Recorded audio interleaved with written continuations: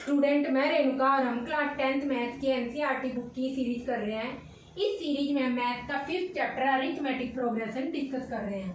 आज हम इस चैप्टर के रिगार्डिंग वर्ड प्रॉब्लम के क्वेश्चन डिस्कस करेंगे। फर्स्ट क्वेश्चन हमारा है, school prepared 8 lane running track, length of the innermost lane is 400 metre and each subsequent lane is 7.6 metre longer than the preceding one. Student took one round each in lane 4 to lane 8, then find total distance covered by him. तो आप देखोगे यहाँ पर ये एक 8 लेन का school ने running track prepare किया है और इसमें जो इनर मोस्ट लेन है वो फर्स्ट लेन है और इसकी लेंथ है 400 मीटर और कोई भी 2 सब्सिक्वेंट लेन लोगे तो उनके बीच की जो लेंथ का डिफरेंस है वो यहाँ पर है 7.6 मीटर। तो आप देखोगे अगर फर्स्ट लेन की लेंथ 400 मीटर है तो सेकंड लेन होगी 400 प्लस 7.6 400 7.6 मीटर। तो ऐसे करके टोटल 8 लेन होगी और यहाँ पर आप देखोगे जो लेन की लेंथ है ये एपी जनरेट करेगी। फर्स्ट लेन की लेंथ होगी 400 मीटर, सेकंड लेन की लेंथ होगी 400 7.6 मीटर और ऐसे करके सो ऑन। जब 7.6 इसमें सेकंड टर्म में ऐड करोगे तो आपको थर्ड लेन की लेंथ मिल जाएगी और ऐसे करके सो ऑन फर्दर लेन की भी आपको लेंथ मिल जाएगी। तो इसे हम अरिथमेटिक प्रोग्रेशन बोलेंगे जिसे शॉर्टली हम एपी लिखते हैं। A means arithmetic, P means progression. इसको अरिथमेटिक इसलिए बोलते हैं, हम इसमें नंबर्स की सीक्वेंस की स्टडी करते हैं और प्रोग्रेसिव इसलिए बोलते हैं बिकॉज प्रीवियस टर्म हमेशा नेक्स्ट, जब प्रीवियस टर्म में आप कुछ ना कुछ ऐड करते हो तो ही आपको नेक्स्ट टर्म मिलती है। वो एडिंग नंबर प्लस माइनस और जीरो कुछ भी हो सकता है, तो इसलिए ये अरिथमेटिक प्रोग्रेशन हम इसको बोलते हैं। इस अरिथमेटिक प्रोग्रेशन की जो फर्स्ट टर्म है यहाँ पर इसे हम स्मॉल ए से डिनोट करते हैं, ये 400 है और कोई भी 2 कंसेक्यूटिव टर्म्स का यहाँ पर डिफरेंस देखोगे तो इसे हम कॉमन डिफरेंस बोलते हैं, इसे स्मॉल डी से डिनोट करते हैं और ये है 7.6। तो अब हम यहाँ पर पहले सम ऑफ फर्स्ट एन टर्म्स इस एपी की फाइंड करने का फॉर्मूला देखेंगे। सम ऑफ फर्स्ट एन टर्म्स का मीनिंग है आप इस एपी की फर्स्ट एन टर्म्स का यहाँ पर सम निकालो। अब फर्स्ट एन टर्म्स कितनी भी हो सकती है, 10 टर्म्स का देख सकते हो सम स्टार्टिंग से, या स्टार्टिंग से फर्स्ट 20 टर्म्स का सम देख सकते हो। आप रैंडमली बीच में से कोई टर्म्स पिकअप नहीं कर सकते। स्टार्टिंग से फर्स्ट 10 टर्म्स, स्टार्टिंग से फर्स्ट 20 टर्म्स का सम इस टाइप से आप देखोगे। तो हम देखते हैं sum of first n terms of AP का फॉर्मूला होता है एस मतलब sum of first n terms, n मतलब terms, number of terms n है, इनका सम निकालना है। n/2 2a plus n minus 1 d।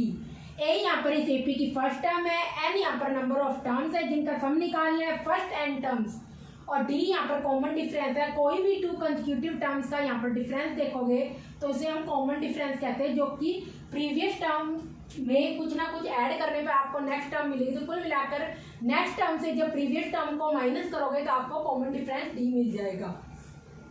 तो आप यहाँ पर देखोगे जो स्टूडेंट है लेन 4 से लेन 8 में हर एक लेन में यहाँ पर राउंड लगा रहा है, तो इट मीन्स आपको लेन 4 से लेन 8 तक की सारी लेन्स की टोटल लेंथ चाहिए, तभी तो आपको स्टूडेंट ने टोटल कितनी डिस्टेंस कवर करी है वो पता चलेगा।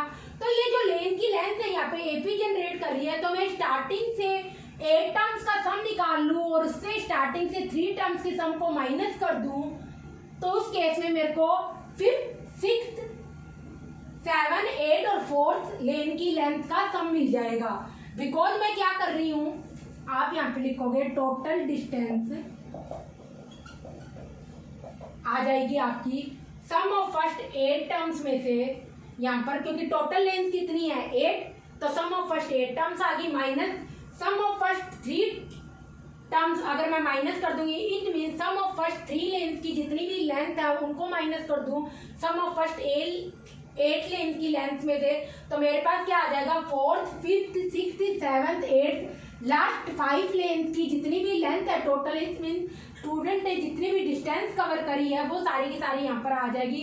क्योंकि पहले वो 4th लेन में पूरा राउंड लेगा, फिर 5th लेन में पूरा राउंड लेगा, देन 6th में, देन 7th में, देन 8th में, टोटल लास्ट की 5 लेन्स में वापस राउंड लेगा। तो टोटल जो डिस्टेंस कवर करेगा वो लास्ट की 5 लेन्स की जो लेंथ है वो ही आएगी। तो आप यहाँ पर करेंगे sum of first 8 terms minus sum of first 3 terms कर दोगे, तो उस केस में 4th 5th 6th 7th 8th इन पांचों लेन्स की क्या आ जाएगी, लेंथ आ जाएगी। इट मीन स्टूडेंट जो डिस्टेंस कवर करेगा वो आ जाएगा। तो जब इस फॉर्मूले में सम ऑफ फर्स्ट 8 टर्म्स का सम निकालेंगे तो यहाँ पर n की जगह 8 पुट करोगे और यहाँ पर रख दोगे 8/2, अंदर रखोगे 2a, n की वैल्यू 8 - 1 d। ये आपके पास आ गया sum of first 8 term minus sum of first 3 terms में इस फॉर्मूले में n की वैल्यू रखोगे 3, तो 3/2 अंदर आ जाएगा 2a n - 1 मतलब 3 - 1 d। ये आ गया। तो इसको फर्दर सोल्व करेंगे तो ये 4 आ गया, ये 2a 8 - 1 7 d आ गया और यहाँ पर आ जाएगा 3/2 और यहाँ पर 2a 3 - 1 2 d आ गया। और कुल मिलाकर जब आप इसको फर्दर सोल्व करोगे तो 2a + 7d - 3/2 2 कॉमन ले लोगे और अंदर क्या रह जाएगा a + d।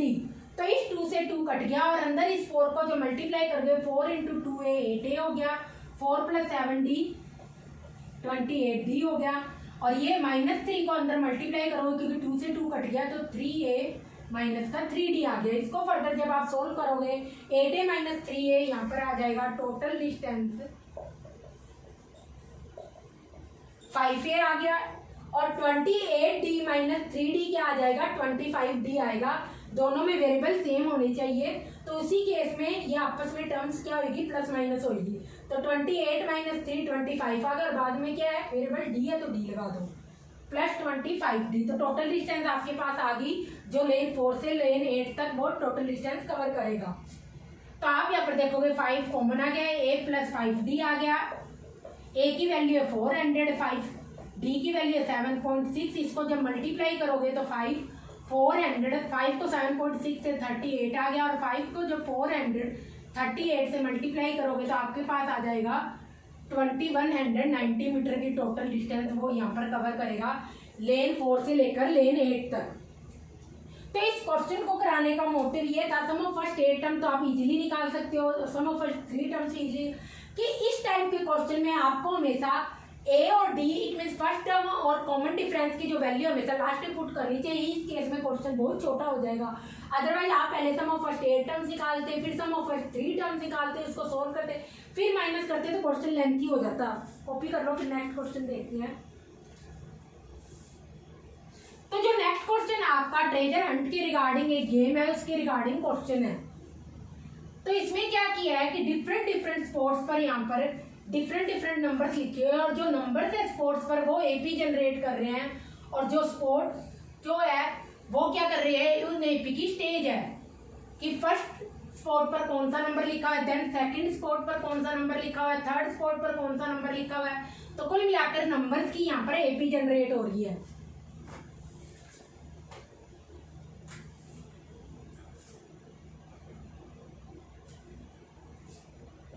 क्वेश्चन लिखो, treasure Hunt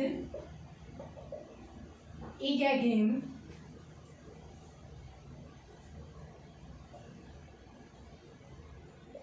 while playing this game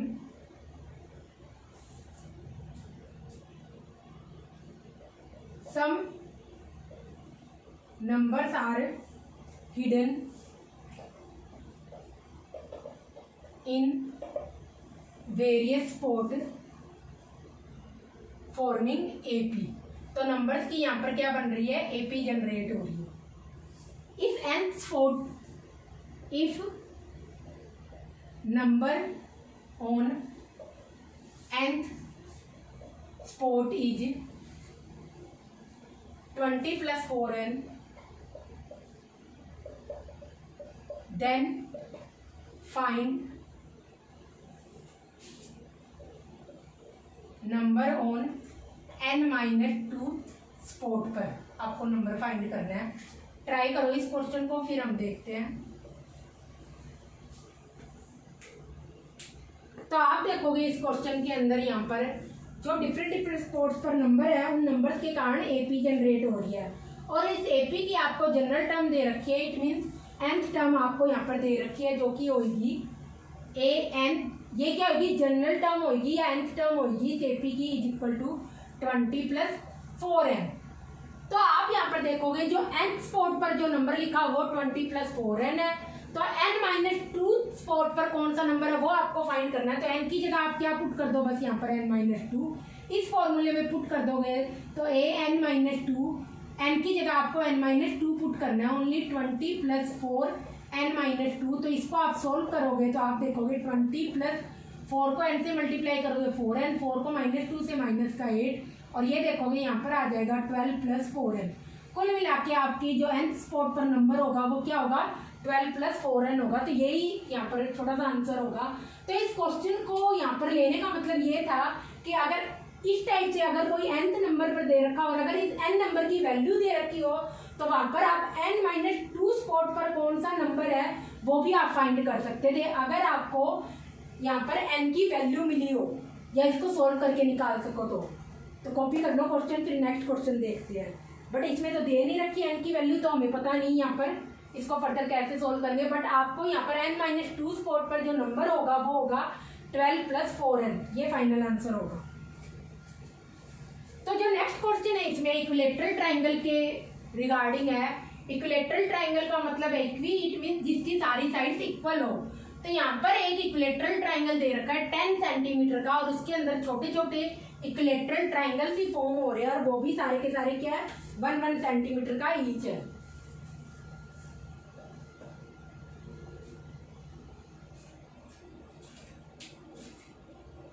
in an equilateral triangle of side 10 centimetre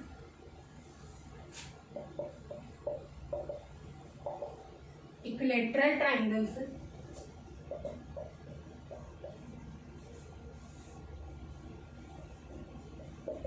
of side 1 centimetre are formed। आपको बताना है how many more triangles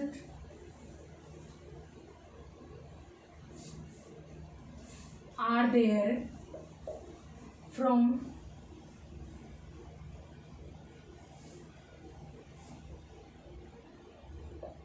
fifth row to 10th row, then first 4 rows. Try करो ये question, फिर हम देखते हैं। तो ये आपके पास इक्विलेटरल ट्राइंगल है, ये फर्स्ट रो है, ये सेकंड है, ये थर्ड है, ये फोर्थ है, और ऐसे करके सोन यहाँ पर 10th रो होगी। और ये फर्स्ट रो है, ये सेकंड है, और आप देखोगे फर्स्ट रो में यहाँ पर एक ट्राइंगल है, ये सेकंड रो है, इसमें 1 2 3 ट्राइंगल्स है, और ये थर्ड रो है। तो ये इनमें जो रोज के अंदर ट्राइंगल्स हैं इनकी एपी जनरेट हो रही है। तो यहाँ पर आप देखो फर्स्ट रो में कितने ट्राइंगल है, यहाँ पर एक, सेकंड रो में 1 2 3 ट्राइंगल्स है, थर्ड रो में 5 ट्राइंगल्स है। ऐसे करके जो नंबर ऑफ ट्राइंगल्स है हर रोज में उनकी एपी जनरेट हो रही है। तो फर्स्ट टर्म है इस एपी की 1, कॉमन डिफरेंस क्या है, नेक्स्ट टर्म से प्रीवियस टर्म को माइनस करना है, 3 - 1, कोई भी 2 कंसेक्यूटिव टर्म्स ले सकते हो, तो इज इक्वल टू 2 है। तो आपको यहाँ पर बताना है 5th से 10th रो में जो नंबर ऑफ ट्राइंगल्स है वो कितने ज्यादा है फर्स्ट 4 रो से। तो जैसे हमने फर्स्ट क्वेश्चन किया था सेम वैसे ही सोल्व करेंगे। Sum of first n terms of AP is equal to XM is equal to n/2 2a plus. आपको भी एग्जाम में हर बार हर क्वेश्चन में ये फॉर्मूला लिखना है जहाँ पर sum of first n terms निकालोगे। अब उसके बाद आप करोगे number of triangles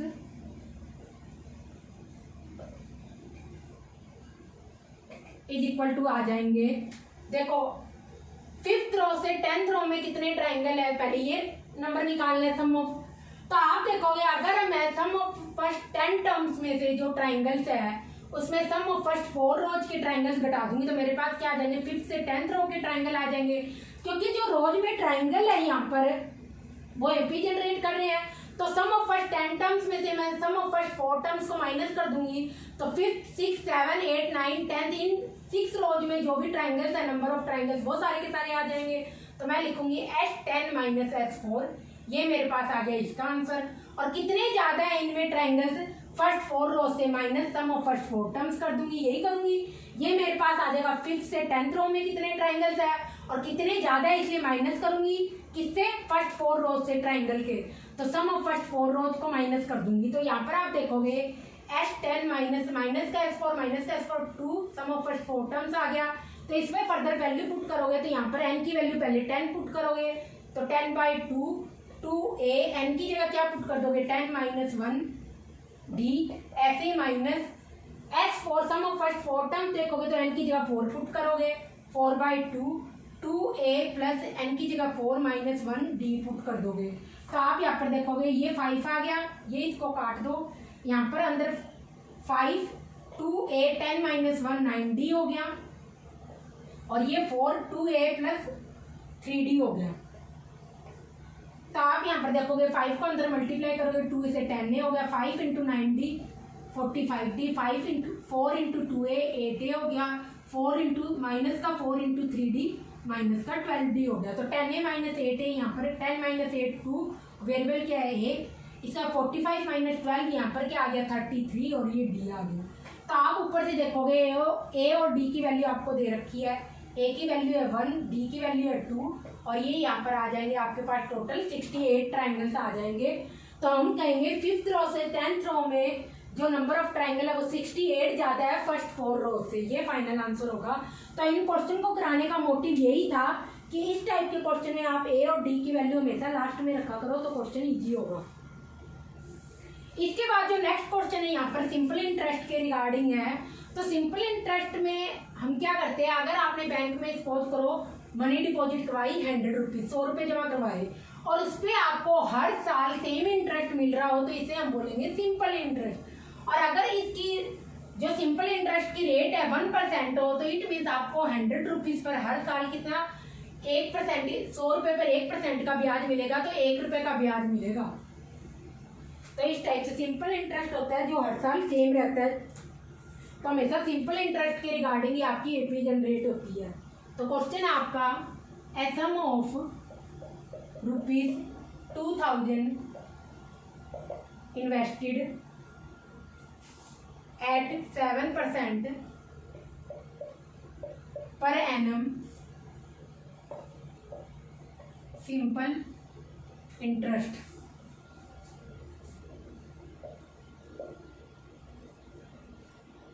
Calculate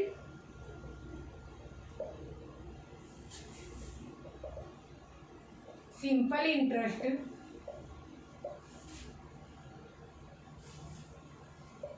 at the end of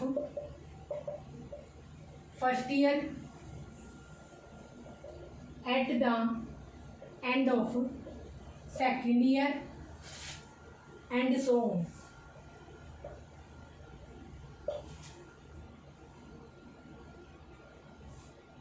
फिर फाइंड सिंपल इंटरेस्ट, पूरा ही नाम लिख लो, ऐसा ही मत लिखो, इसको भी सिंपल इंटरेस्ट ही बोलते हैं। Simple interest at the end of 27th year. Try करो इस क्वेश्चन को, फिर हम देखते हैं।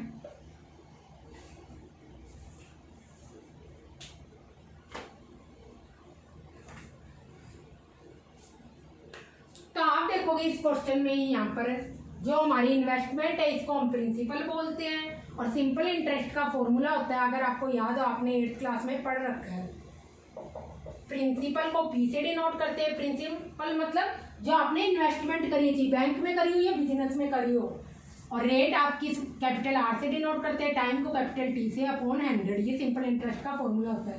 यहाँ पर इन्वेस्टमेंट है वो 2000 रुपीज़ की है, रेट है आपकी 7% पर एनम है, मतलब एनुअली मिलेगा आपको इंटरेस्ट। और जब हम सिंपल इंटरेस्ट फर्स्ट ईयर के एंड में निकालते हैं तो उस केस में लिखेंगे simple interest 1।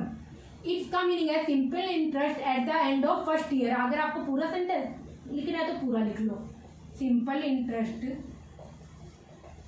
Eight end of first year is equal to क्या हो जाएगा, प्रिंसिपल होगा 2000, रेट होगी 7%, टाइम क्या होगा फर्स्ट ईयर के एंड में यहाँ पर निकाल रहे हो तो टाइम क्या हो जाएगा 1 और अपॉन में 100, ये कट जाएगा और आप आ जाएगा 140 रुपीज़ मिलेगा।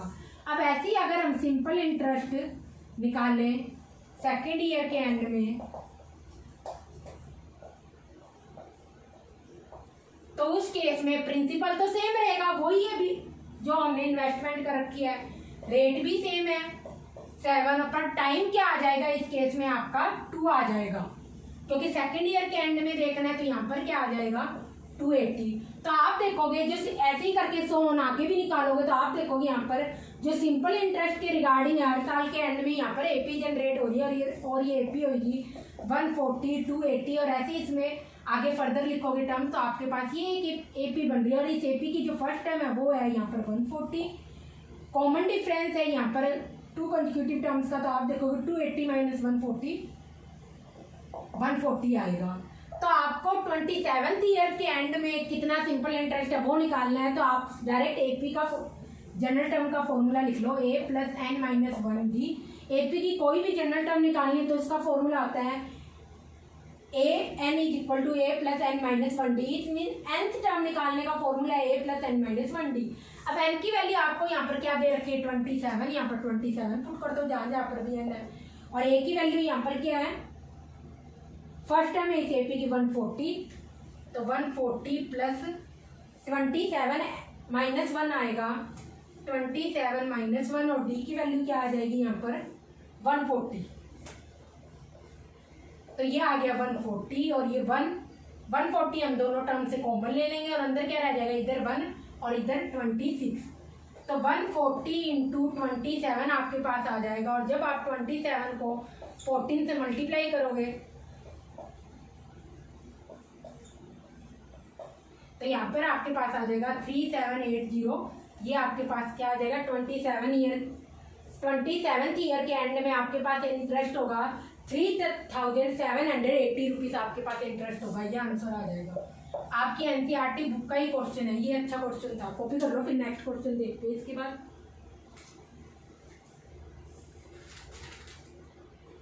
तो जो नेक्स्ट क्वेश्चन है यहाँ पर चिल्ड्रन की एज के रिगार्डिंग है, एक पेंटिंग कंपटीशन में वो पार्टिसिपेट कर रहे हैं, और कोई भी 2 बच्चे लोग हैं तो उनकी एज का जो डिफरेंस है वहाँ पर 1/3 ईयर्स है। इट मीन्स 4 मंथ्स का यहाँ पर गैप है।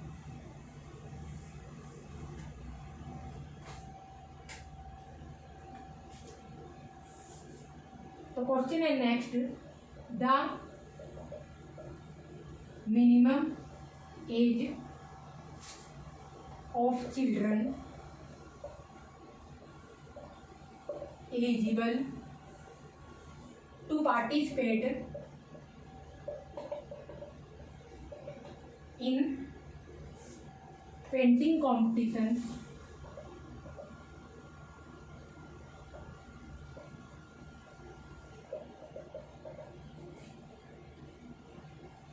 is 8 years।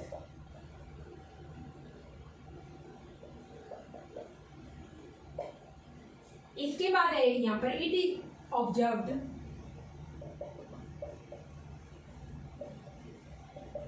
That age of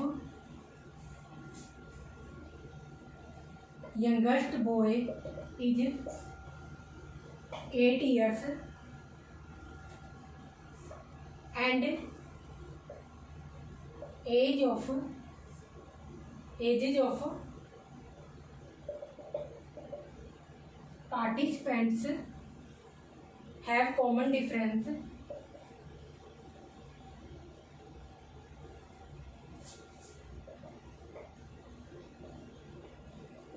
is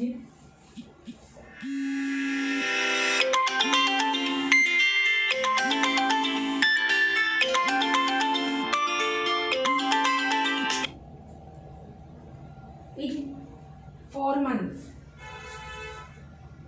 if sum of ages of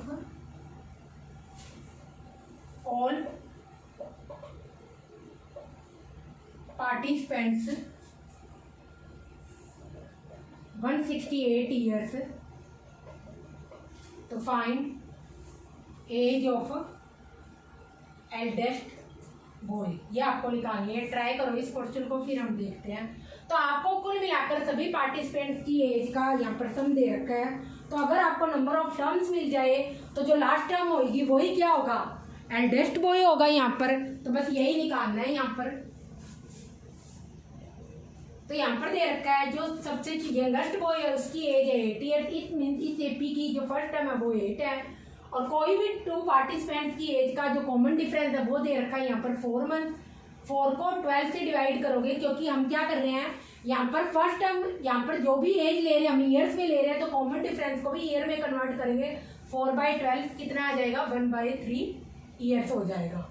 ठीक है, क्योंकि यहाँ पर जो बच्चों की एज है वो क्या है, ईयर्स में, कॉमन डिफरेंस दे रखा मंथ्स में, तो दोनों सेम यूनिट में होने चाहिए। तो आप यहाँ पर देखोगे अगर इधर ईयर्स यूज हो रहा है तो यहाँ पर जो कॉमन डिफरेंस है इसको भी हम ईयर्स में कन्वर्ट करें, तो 4 को 12 से डिवाइड कर देंगे, तो 1/3 ईयर्स का कॉमन डिफरेंस आ गया। कोई भी दो पार्टिसिपेंट्स की एज का जो डिफरेंस है वो 1/3 ईयर्स होगा।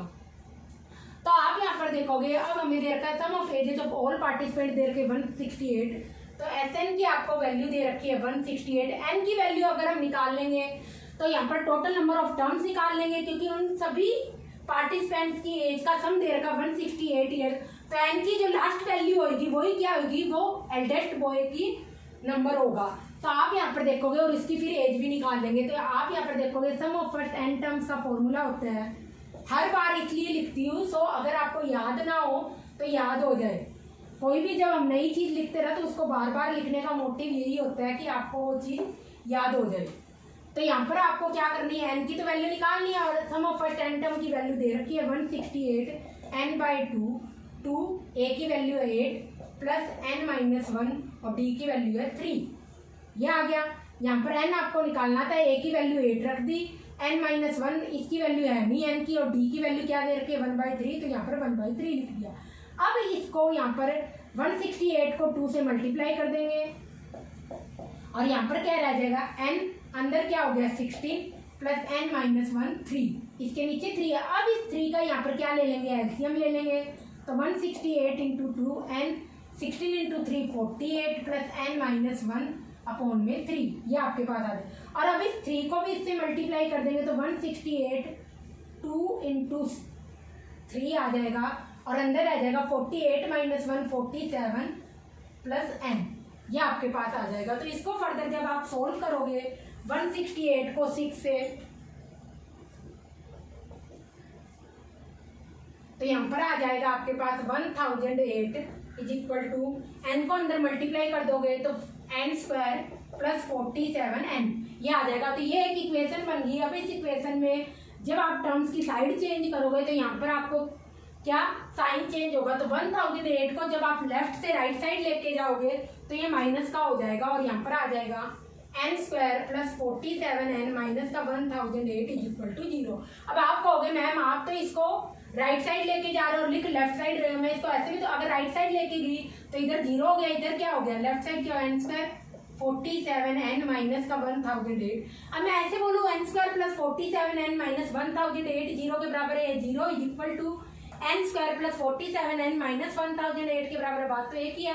तो जब भी हमें वेरिएबल की जिसकी वैल्यू निकालनी होती है इसको लेफ्ट साइड रखते हैं, तो इसलिए यहाँ पर N² प्लस 47N माइनस 1008 की है, ये लेफ्ट साइड रखा है। तो आप यहाँ पर देखोगे वेरिएबल N है, इसकी हाईएस्ट पावर 2 है, इट मीन्स ये एक क्वाड्रेटिक इक्वेशन बनेगी क्योंकि इसकी डिग्री 2 है।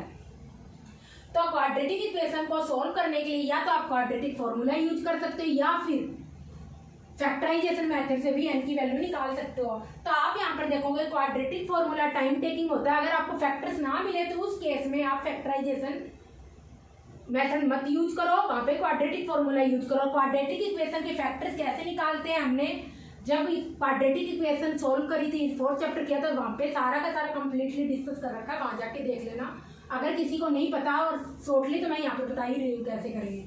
तो आप देखोगे जो ये फर्स्ट टर्म है, ये सेकंड टर्म है, ये लास्ट टर्म है, कांस्टेंट टर्म है, क्योंकि इसमें क्या कोई भी वेरिएबल नहीं है 1000। कांस्टेंट टर्म के साथ माइनस का साइन है, it means middle term 47N को आप इस तरीके से 2 टर्म्स में स्प्लिट करोगे कि उन 2 टर्म्स को जब आप माइनस करोगे तो उस केस में आपका आ जाएगा प्लस का 47N, और उन 2 टर्म्स को जब आप मल्टीप्लाई करोगे तो आपके पास फर्स्ट और लास्ट टर्म का मल्टीप्लीकेशन आएगा माइनस का 1008। तो आप यहाँ पे देखोगे कि किस टाइप से ये बनेगी, तो N² प्लस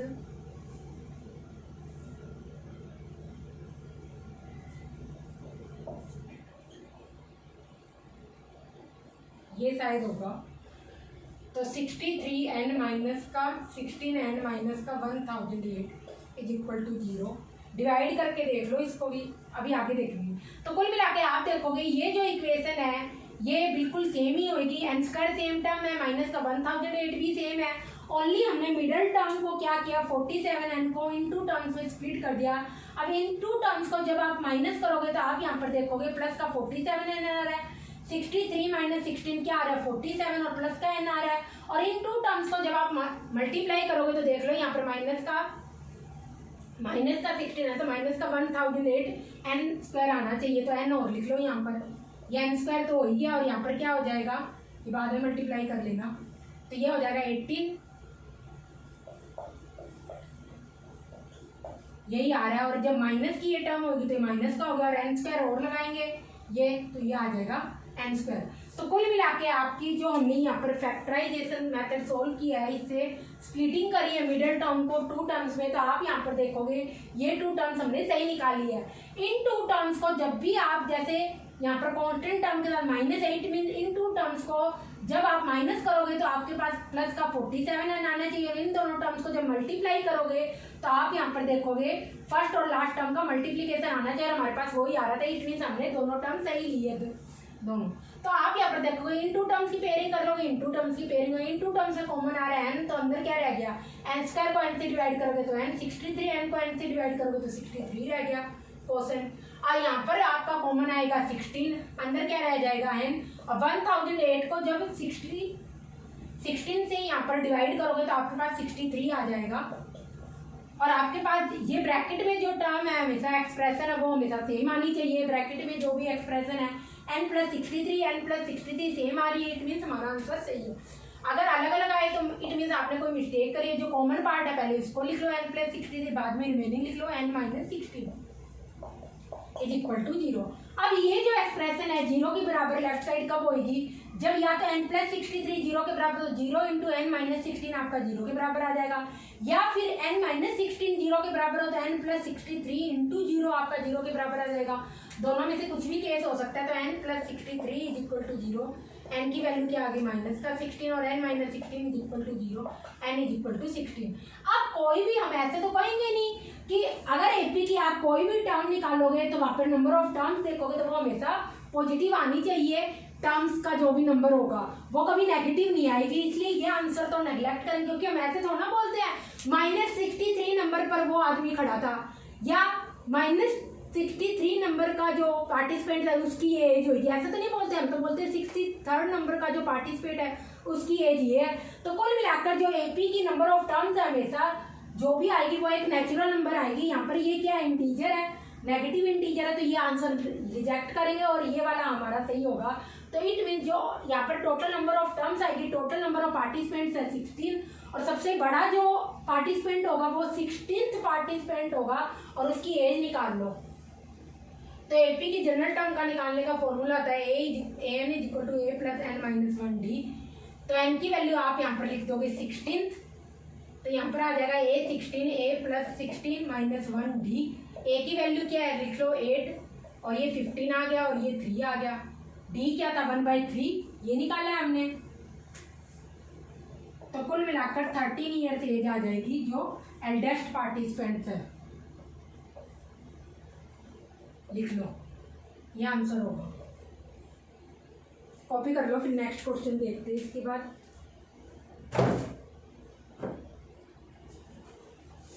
तो जो नेक्स्ट क्वेश्चन है आपकी एनसीईआरटी बुक का ही है, यहाँ पर जो हमने लास्ट टाइम आपको सॉल्व करने के लिए दिया था।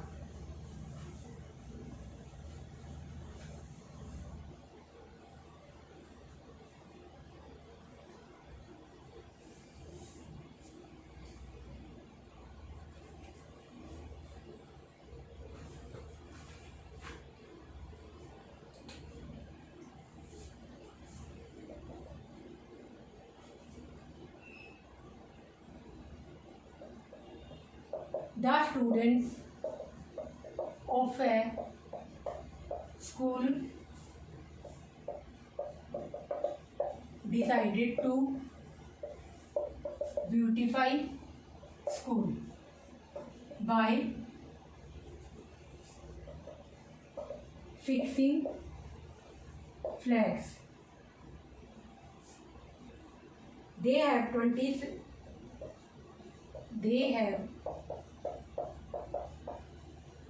27 flags